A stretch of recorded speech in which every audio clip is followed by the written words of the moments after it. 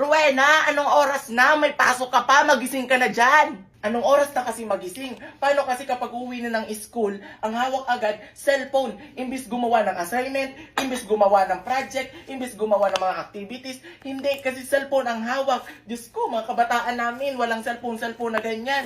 Tapos ang gagawin mo pa niyan, Rowena, magpupuyat ka. Hindi lang alas 2, alas 3, kaya pala naririnig ko ang ingay-ingay. Tapos ngayon, tingnan mo, anong oras ka magigising, anong oras ka naman makakapasok yan. Tapos ako sisisihin nyo, ma, bakit hindi mo ako ginising? Ay nako, obligasyon mo yan bilang bata na magising ng umaga, makapasok ng umaga nang sa gayon, makauwi ng maagap, at makatulong sa magulang.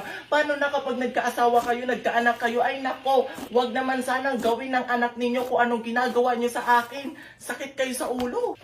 Pagod na ako bilang isang nanay ninyo. Ang titigas ng ulo ninyo. Sana pala, nung una pa lang, at ganyan yung ginagawa nyo sa akin, pinunas na lang